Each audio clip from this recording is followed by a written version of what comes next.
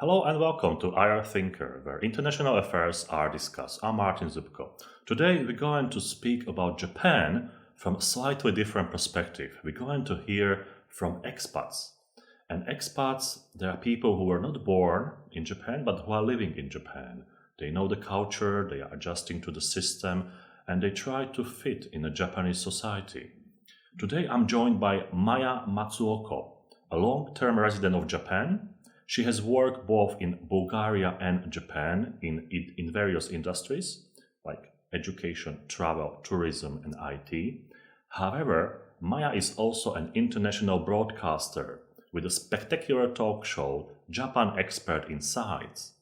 Over the past 2 years, together with Tim Sullivan, she has developed this talk show into a community hub where international people are listening to stories, to talks, and to opinions of people who know Japanese culture, society, business, and also politics. It's a great pleasure to welcome you, Maya, on my show. Thank you very much for joining me. And the first question, a long-term resident of Japan. Long-term. For some people it's 1 year, for some people it's 45 years. What's about you? Well, first of all, thank you very much, Martin, for the invitation and for the introduction. It's a pleasure to be with you here. Well, a long-term resident in Japan, or I came as an expatriate, but I have been here for 21 years now. And yeah, the time just flew away. It feels like I came to Japan. I landed at Narita Airport last week, but just without noticing, it's been 21 years now. Yeah. I think you know something about Japan after those years in Japan. So it's a pleasure to have you because Yes. you can really speak from your heart and experience. Thank you very much. Well, I wouldn't consider myself an expert actually, but I think that my experience here has been sufficient to let me know, as you said, the culture and the people. And of course, my family, my husband is Japanese. I worked for Japanese companies only during these 21 years. So, yes, I believe that I can share some insights, Right. even though I believe that there are people who are much better versed in this than I am. However, Yeah, hopefully my insights will be helpful to you and your students and your viewers. absolutely. In the last 10 years, let's speak about Japan and international politics, international relations. How do you see the international voice of Japan changing, developing, or being stable in the last 10 years, based on your experience? Well, yes, when we think about the past 10 years, I would say that the international voice of Japan has not just become stronger, but it has become more confident. Because we know that until the second premiership of Mr. Abe, Japan was not really that strong politically and geopolitically, or let's say internationally. And its voice was, I wouldn't call it weak, but not really that confident. And since Mr. Abe actually got into office, he developed the vision of a free and open Indo-Pacific. He also worked to strengthen the position and the standing of Japan as an international power and the third world economy, not only in this region, in the Indo-Pacific, not only in Asia, but also in other parts of the world. And yes, I definitely think that, once again, I'll repeat myself, but Japan and its voice in the international arena has become much more confident.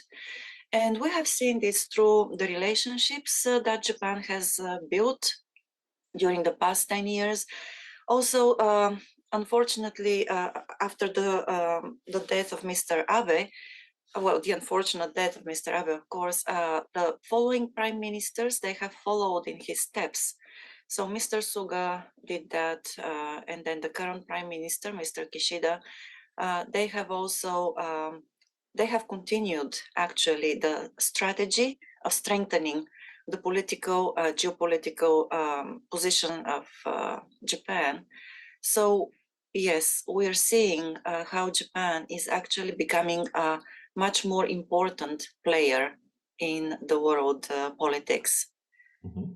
And when you mentioned that confidence before and after, what is that confidence about? Is it like relations or relationship with who? With major players like United States or the regional players or correcting some international relations for Japan? Can we elaborate on that confidence? Like because it's quite interesting. It is, yes. I think that it's both with major players like the United States, also with the European Union, because the European Union is still a major player in the world geopolitics. But also we can see how Japan has developed or has continued to develop actually relationships with middle powers and also with smaller countries by, well, through different means, of course. Japan has continued to help even smaller countries, smaller economies to develop their infrastructure. And not the least, also, Japan continues to work with China, which is, I believe, a very important thing if we're, consider the preservation of peace in the region, because of course, China has been assertive in the past decade or so, but at the same time, we know that communications with all the powers in the region and on the world stage are very important for preserving peace. And Japan has been very good at doing that.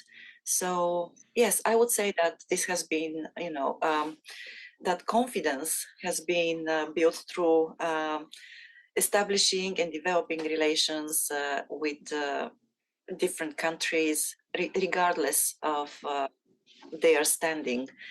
Of course, those relationships, they are based on different, as I said, it could be funding of the infrastructure for the smaller countries, or it could be, developing economic relationships when it comes to different industries. So when we talk United States and China or the European Union, and of course maintaining the status quo with countries like China and Taiwan, and also here in the region with other countries in the region. Right.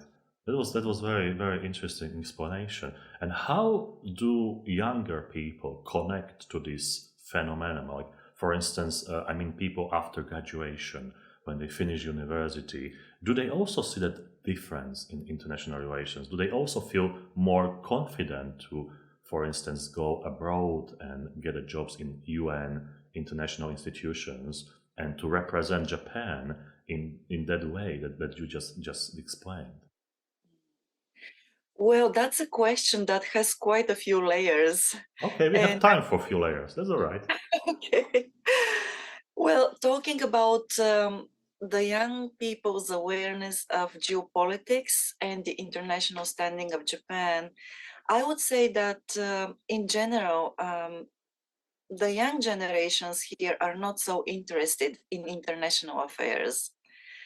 I believe that while they really want to have leadership, political leadership that gives them the confidence that Japan is one of the powers in the world, they are not really that much into geopolitics or not even that much into politics either. They very seldom actually do search either, in the library or online. And I'm not saying that it's the case with 100% of the younger people here, but I would say that the majority is not that interested in politics and geopolitics. At the same time, yes, when we talk about young Japanese studying abroad, there has been a decline in the number of people who are willing to go overseas and study in foreign universities as well. And I believe that there are quite a few reasons for that. But when you think that Japan is really a very comfortable place to live, it's difficult to, just get your, um, how can I put it really? to get your bags, pack your bags, and go somewhere to study, just because you want to go overseas to do that. And there is another reason, of course, that until recently, Japanese corporations that were considered the most desired places for work, and employment, they didn't really value that much overseas education.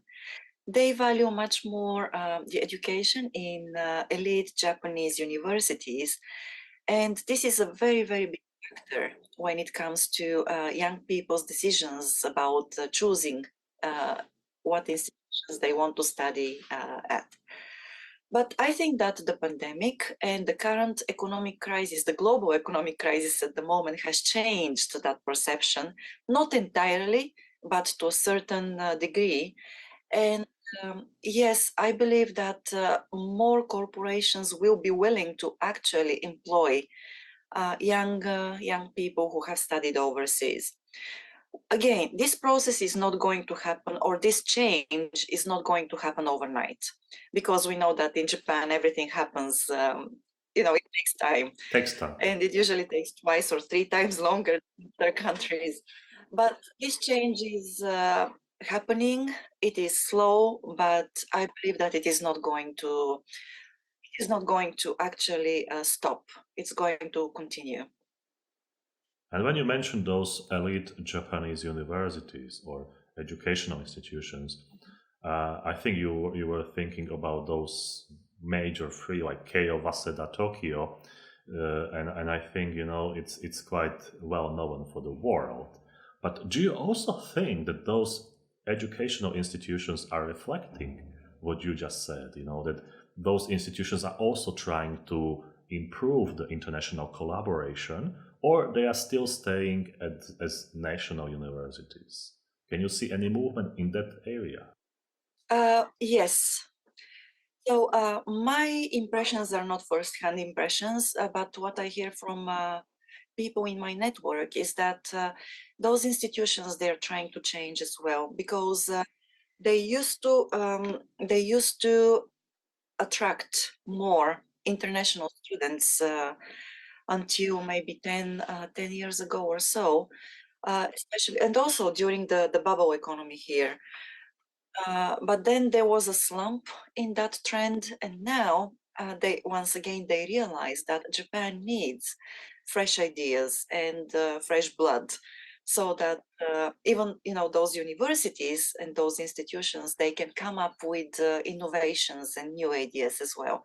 So I believe that again, this is going to take time. But this change is inevitable here, and of course, the institutions will be moving into that direction for the next maybe 5 or 10 years. I know that you are well connected to many scholars, business people, the experts in Japan. And the question is, in terms of that change in the confidence on the international arena, how is the political thinking changing?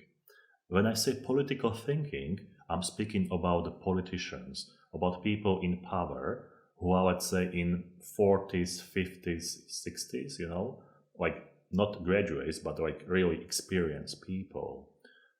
In the last 10 years, again, let's apply this layer.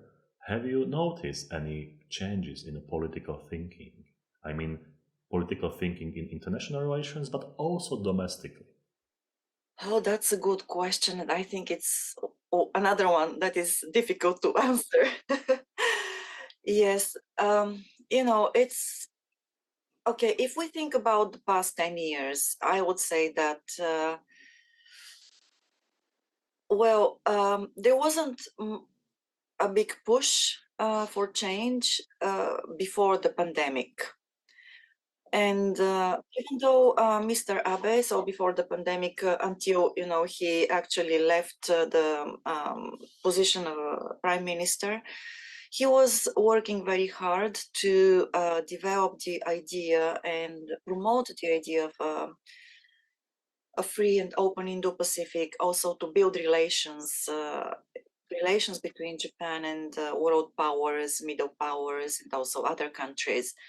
So in the sense of international relations, yes, there was a change, I would say, but domestically, not really that much. Of course, we know that also everybody has heard about the Abenomics, and in the beginning, there were a lot of hopes about that. The three pillars, Mr. Abe came with, of course, with the big push, but there wasn't much done at that time, even though there was progress. Of course, you cannot deny that there was progress in that direction too, in terms of economic measures. But in general, I think that the goals that were set in the beginning, let's say 10 years ago, were not reached, despite the improvements, and the measures that were set in place. And of course, it is. I know that critiques of this would say that, yeah, nothing in Japan ever happens, no change in Japan. But you need to appreciate the fact that it's very difficult to move the huge government, and the people in the government and make them change. It takes, I think that usually changes in Japan need generational changes. And so that's why they take time. But the pandemic, well, definitely it sped up, the realization that Japan needs to change, that they really need to do something. And of course, so now the government has eventually faced up the demographic challenges, the economic challenges, also the, let's say, security challenges. And when I say security challenges, I'm talking also about the cybersecurity, because everybody, and everything is getting digitalized nowadays. And without cybersecurity, you cannot actually have a safe government either. That's correct.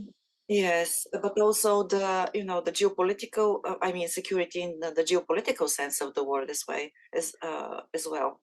So yes, there are changing happening right now. Mr. Kishida came with his, let's say, idea about new capitalism, and we'll see. Of course, the skeptics are they're saying that nothing will change and nothing will happen again. But at the same time, even though he has been criticized a lot, and there is, there are reasons for him being criticized, still a lot of things are happening here in Japan. So we are seeing really digitalization of the government once again, something that nobody thought about before the pandemic. Of course, we're also seeing digitalization in the healthcare, and also a lot of other things. In the fintech industry, there are a lot of changes. In the transportation industry, there are a lot of changes. A lot of cities here in Japan, they're ready. They're actually open, for developing smart cities in their areas, because that's the way to the future. And now, of course, the green transformation and everything. I mean, a lot of things are happening right now. Right. So even though the media do not report on all of those changes, they're going on, they're happening. Yeah. You mentioned several times that changes in Japan take a long time. Why is it that? Why is that so specific for Japan? Well, there are quite a few reasons, and I'm going to give you some of them. And my explanation is not going to be exhaustive, so please forgive me for that. Well, I believe that those reasons are mostly cultural. Well, first of all, the Japanese tend to think, or that's part of the Japanese mindset, that if it is not broken, there is no need to fix it. And something to be broken, it really needs to be very broken, so Okay. that it's working, right? And I would say that, the Japanese are very good at small changes, incremental changes. And but even every incremental change takes time, because everything, in order to change something, you have to gain the agreement of everybody in your group or your organization, and it takes time. That's why in Japan they have the nemawashi process, and they have, that all the meetings and everything that are actually put in place just to gain the agreement of everybody in the group that is in charge of that incremental change or whatever you call it. So it takes time. And yes, also I believe that there is another reason that most of the people in power and also leadership positions, they are well into their 60s, sometimes 70s, and those people, they are not very open, to changing things, because you know how it is. Oh no, you're not that old actually, so you don't know how it Thank is. you. But yes, to me, from my observations, it seems that once, and that's for the not everybody's like that, but the majority of people, once they are beyond 60, they're not very open to change and to new ideas. And that's one of the things, Japan needs young people in leadership positions. So, and the country, the culture is not supportive of that.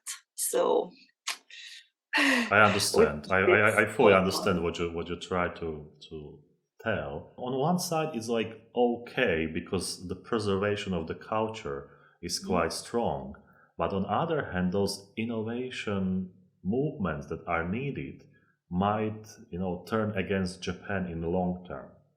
That I would be my position on this. Despite Japan is like very technological country and you have all those research centers, but still you need everyday change to continue to keep a Yes, pace with the world as well. yes, I agree with you 100%. And then there is one more thing, that it's really um, fascinating. If you live in Tokyo, then you don't notice those changes in the infrastructure here.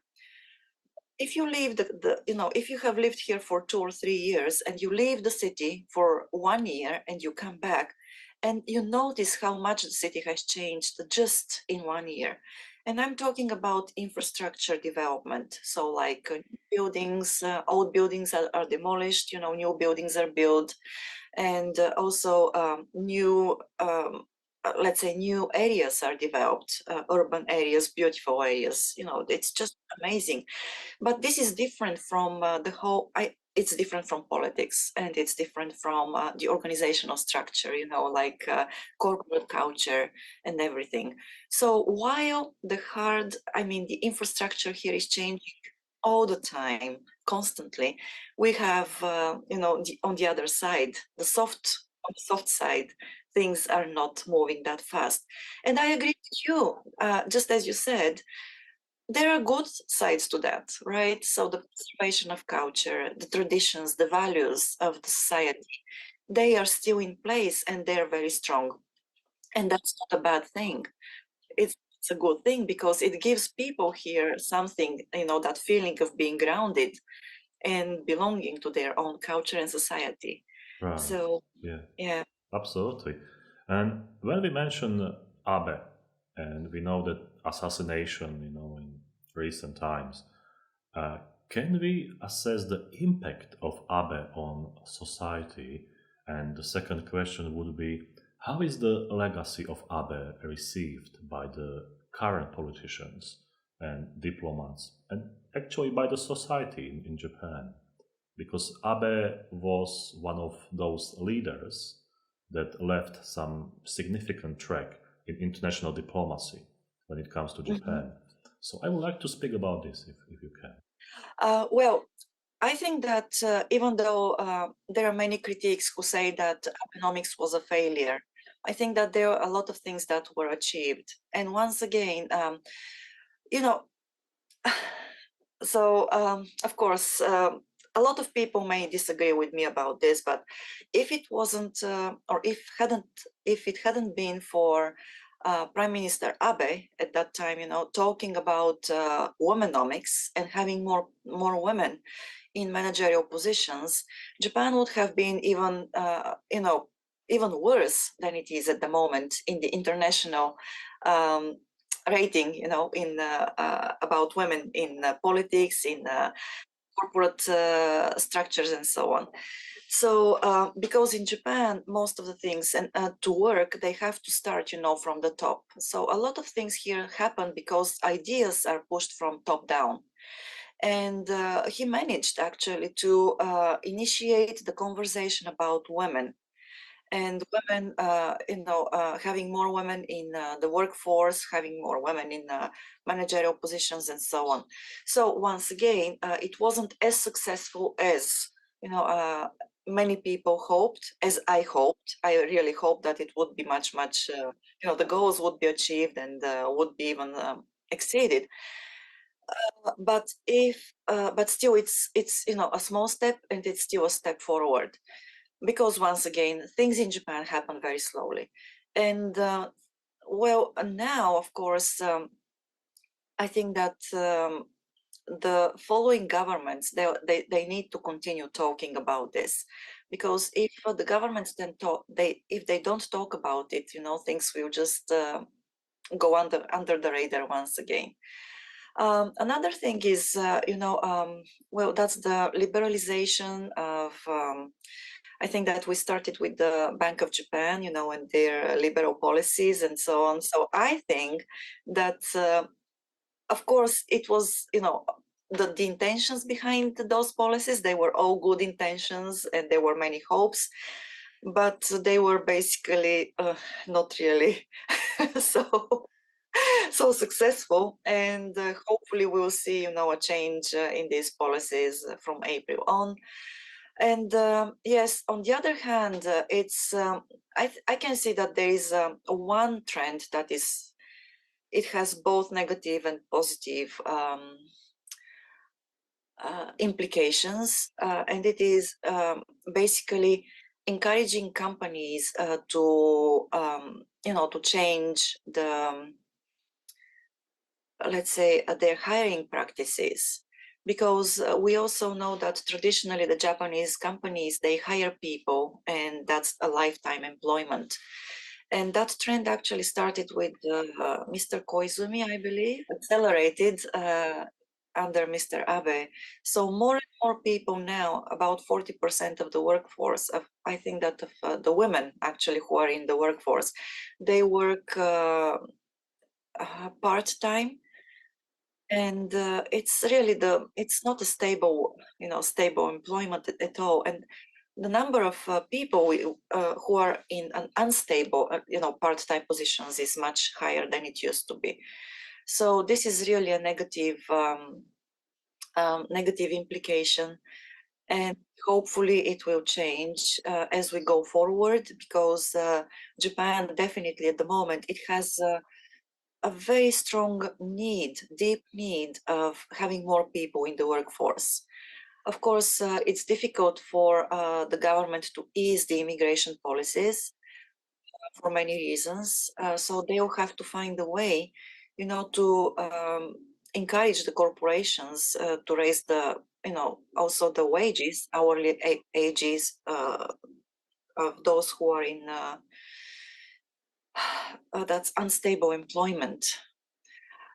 Not only the full-time employees, and we'll see what happens. Hopefully it will work out well, and more women will actually join the workforce.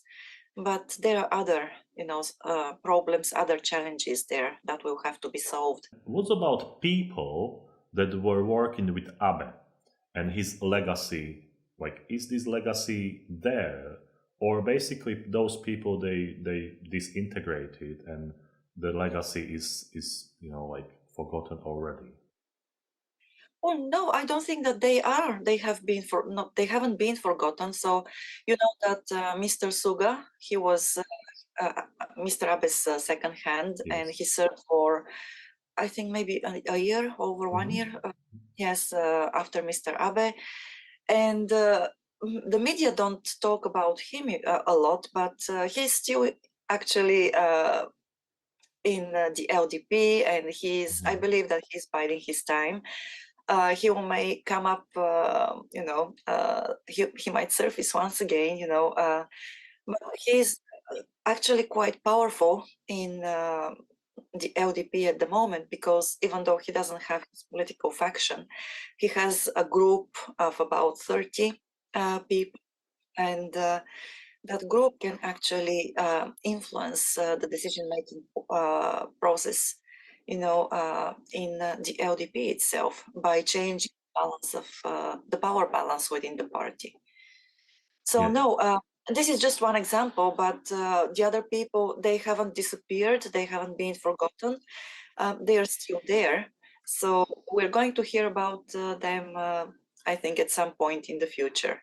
Right. And can we talk a little bit about the structure of the politics in Japan? Because you mentioned LDP, I'm sure that 90% of my students don't know about LDP. Can you explain like how many political parties you have, and what does it mean decision-making process in Japan?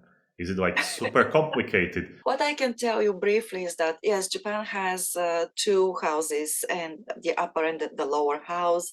And basically the bills are first, and they have to be submitted to the lower house. And then if there is a majority, that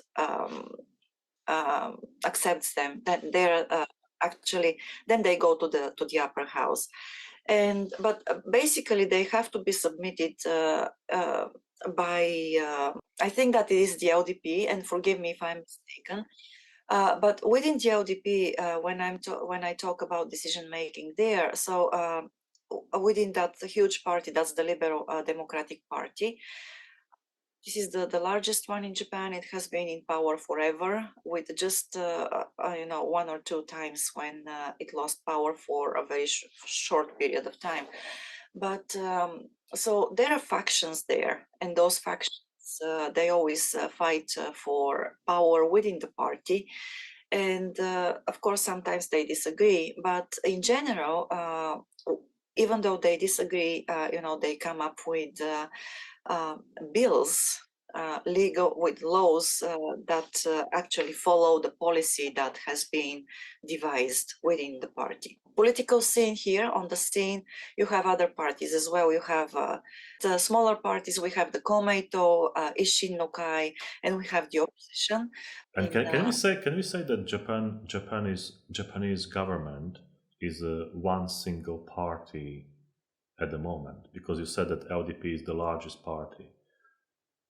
So when Japan wants to implement changes and regulations, does it go through this process as a one party agreement? Like, it's much easier to agree on something when you have one party rule Yes. than when you have, like, for instance, in Germany or France, where you have more parties and they must reach an agreement to pass the law.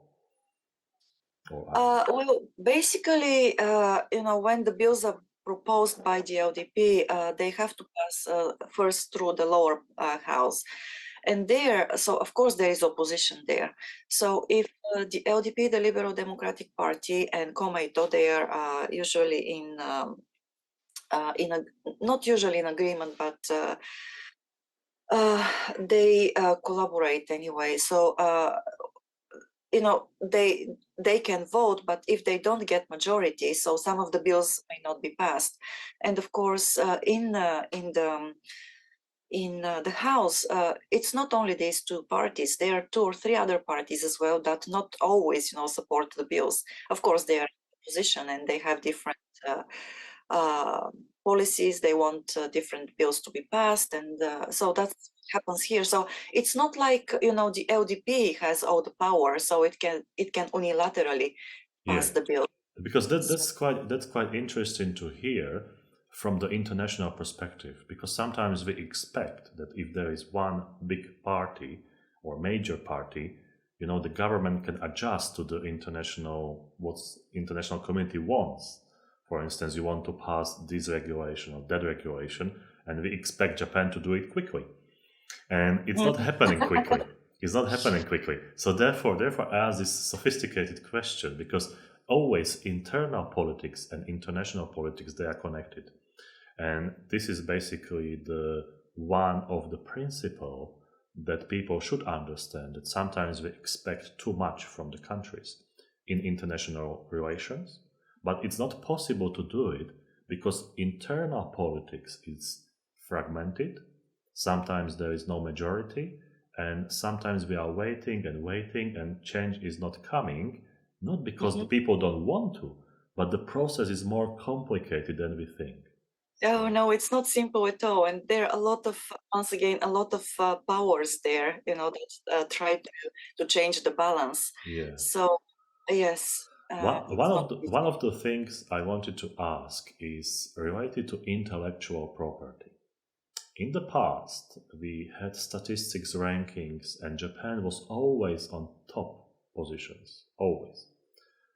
What happened in the last 5 or 10 years? Because we see that in Japan there is a dramatic decline in registering, like property, intellectual property, ideas, innovations, patents. I mean, what's going on in Japan? We're not used to that change.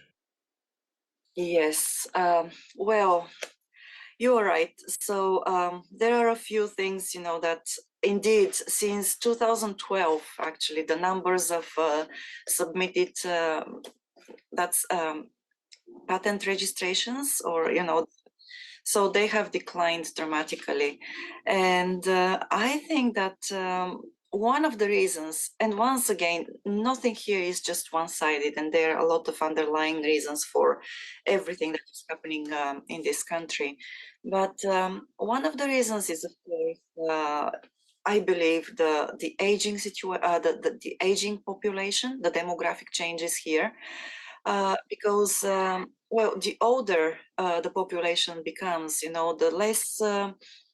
the less willingness and energy there is for innovation. And I believe that also the innovative ideas, the number of innovative ideas actually gets smaller.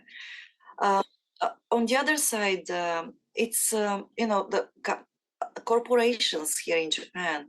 They have well, they they really have a lot of retained earnings that they keep, and they say that these retained earnings, they are there for times of crisis. And then even though once again, it's like, if you try to innovate things, you need to invest into innovation, and you need to invest into research. But research, although research is not so risky, innovations can be, right? And once again, we know that basically there is a general aversion to risk here in Japan. So this is another reason, I believe. And well, also universities, there is one more thing that I believe very few people talk about is universities do research, and they try to, also work on innovations. But in recent years, it seems that a lot of the research is done for the sake of research, I see. not so much because there is some disconnect between the industry and academia here. So, and that gap has been growing in recent years, and that gap, in order, to reverse that trend, it needs to be closed. So I believe that one way, to close it, to actually um, think about, let's say, university startups, or different schemes. There are different schemes for that, but yes, that definitely needs to be changed. So, and I am sure that other people will come up with even more exhaustive answers to your question.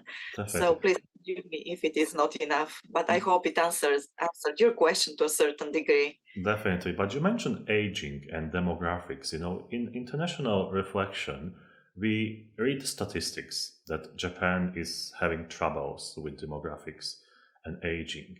What does it mean in real life in Japan from your perspective? Like, how do you see this problem in your life, in daily life of Japan? Yes, that's another good question. Well, there is, yeah, one thing. when I come home from work, and when I get on the train, I don't see that many people in their 20s or even 30s. I can see more people. Definitely the balance is changed, and I can see more people in their 40s, 50s, and 60s. Of course, if you go to Harajuku or Shibuya, you'll be surrounded by teenagers and people in their 20s. But I'm talking about my commute time in the back home from work. So that's one thing. And yes, also I can see in my personal life, if you allow me to go really personal. So my mother-in-law, she lives in an apartment building, in just near us. And I can see that in that apartment building, maybe 70% of the inhabitants are actually retired people. So, and it's like, then what happens, in 15 or 20 years? Who is going to live there? It's just something, when I start thinking about it, it makes me feel sad, really, because, yeah, the generations, the changes, it's like, I mean, I'm not saying that senior people are not, I mean, the Japanese are very, very genki. You know the word genki. They're energetic and generally very positive towards life. But still, there is that shift, towards a more settled way of thinking, a more settled way of life, and so on. What do you think is the main reason why Japanese are not having more children? Is it the lifestyle, the hard work, and the time management, or there are different reasons? Like, is it difficult to have a child in Japan? For me, as a foreigner, I think that Japan is one of the best places to have a child and to raise a child.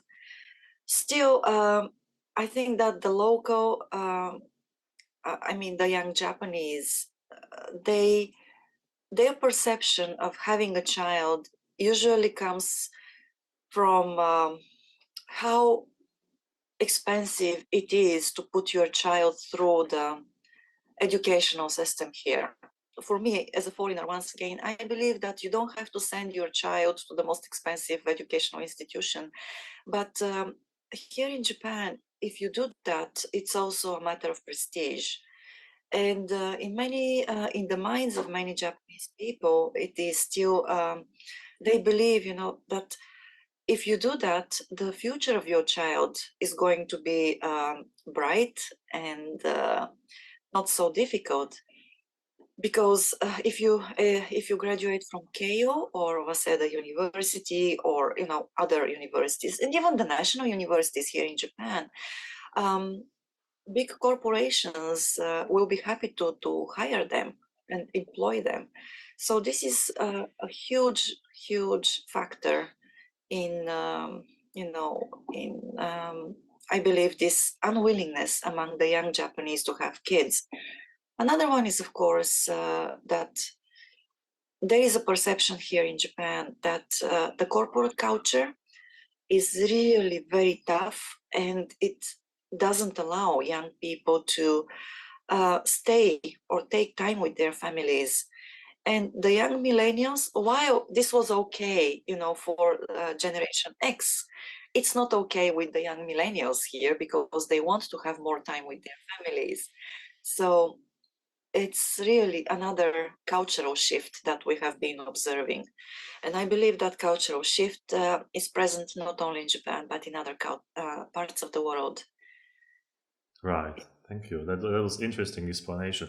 I have to say a few things also. I'm connected with few professors from Yes. Waseda Keio University of Tokyo, but also with universities that are outside of these three. For instance, like smaller universities in south of Japan.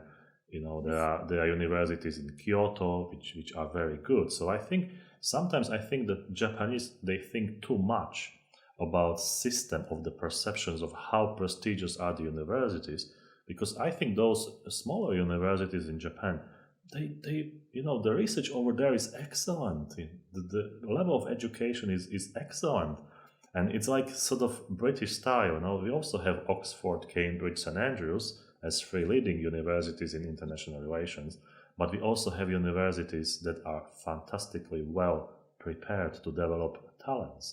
So sometimes I do really think that Japanese should reconsider that word prestigious, because I think it's too much associated only with like 3, 4 universities, and it creates tremendous pressure on parents because everyone wants to go there. Everyone wants to be Keio or Waseda or University of Tokyo.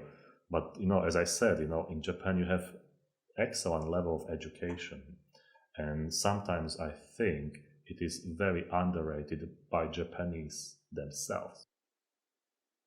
Yes, I would agree with you on that because some of the smaller colleges and universities here that specialize in certain fields, they provide really good education, and as you said, they have good research laboratories and everything like that. But yeah, so the image, the brand of those top universities is still very strong Yeah. in the minds of many people. Right. Mm. Let's speak a little bit about current unpleasant issue, which is the war in Ukraine. Mm. And it's far away from Japan in terms of distance, physical distance. But the problem is that we see Japan sitting on two chairs. The first chair is they support Ukraine, and Japan is against the war, of course, because of the peace movement and the philosophy of life in Japan. So Japan, would like to see the peace, and they strongly support Ukraine in political terms and international diplomacy. The second chair would be observed from international perspective is Japanese energy situation. That Japan is still buying energy resources from Russia, and by payment for those resources, Japan de facto is directly supporting Vladimir Putin because Japan is bringing money to Russia. And I would like to ask you how Japanese people understand that situation, and what can you tell us about Ukraine 2022, Ukraine 2023, and Japan international outlook? Yes, well, I think that my opinion is quite unusual, and it diverges, from the official opinion of the European Union, the United States, and everything. So, and many people are welcome to disagree with me, but I think that Japan has a very practical approach to everything, and I believe that. Well, we don't know whether by that, by paying for the resources, that Japan outsources from Russia, we don't know whether that money goes directly, into uh, creating weapons, by Russia to fight Ukraine. So nobody can say that for sure. And but in addition to that, once again, Japan has a very practical approach, and Japan knows that the government knows that it needs to take care of its population, of the Japanese population. And also Japan has been supporting Ukraine, and at the same time, Japan is against the war there. But what comes first comes first. It's your people who who will actually feel the consequences if you stop supplying energy resources.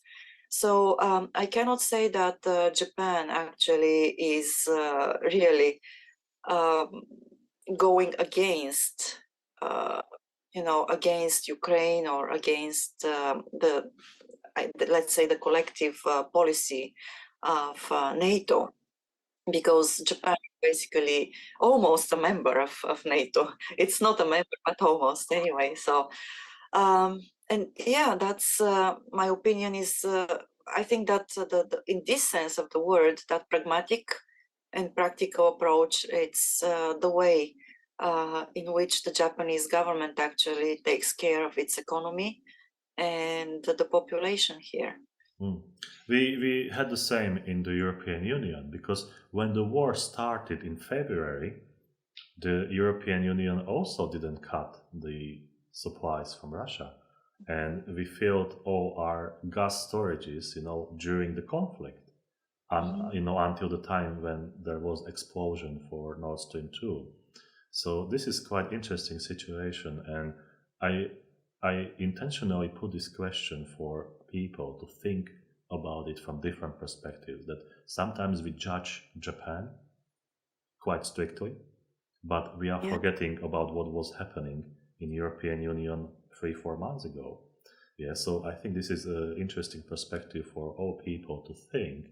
When you say you support Vladimir Putin, but if you have a sort of research critical review of how much money the European Union sent to Vladimir Putin, that's shocking. Before, That's absolutely shocking when after that you are judging other countries. So this is one of the questions or topic that we have to be academically critical, and we must say on both sides, how the situation was. I think it's very important to stress that both sides, send some money, and now they have to deal with the consequences. That's how it is. And and I also believe, if you allow me to add a little bit, to this, that of course, we have seen that economic sanctions don't work.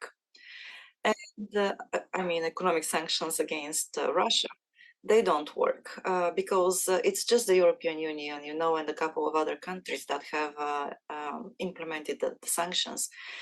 I believe that instead of doing that, and just having your population suffer from these sanctions, all the countries, they have to concentrate on ways of finding, let's say, avenues for dialogue and solving, the conflict there through diplomatic means, not via, by prolonging the military conflict there, but diplomatic means, because I haven't seen that being done recently, especially, in the second half of 2022 and in the beginning of 2023.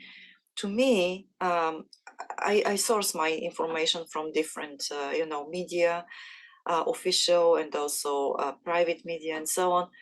I haven't seen any willingness, from our side to actually reach out and, try to solve the problem in a diplomatic way.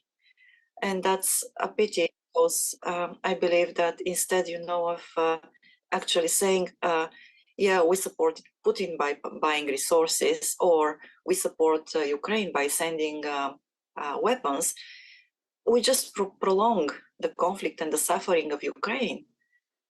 And yeah, I believe that the conflict should be resolved actually through diplomatic means. right, thank you. And let's jump to the last question of today's interview with Maya, and that's the regional relations. Japan versus China and Japan versus South Korea. What can you tell us about the current development and how you, as expat living in Japan, see the improvements or stability or some negative points of these relations?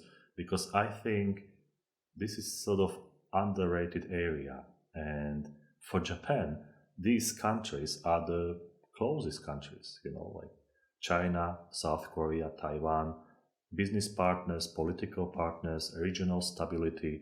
With the United States, you have the Indo-Pacific security and stability. So how can you assess those relations? Complex. Okay. In one word, the relations are complex. Of course, there are a lot of layers. Once again, we have, the historical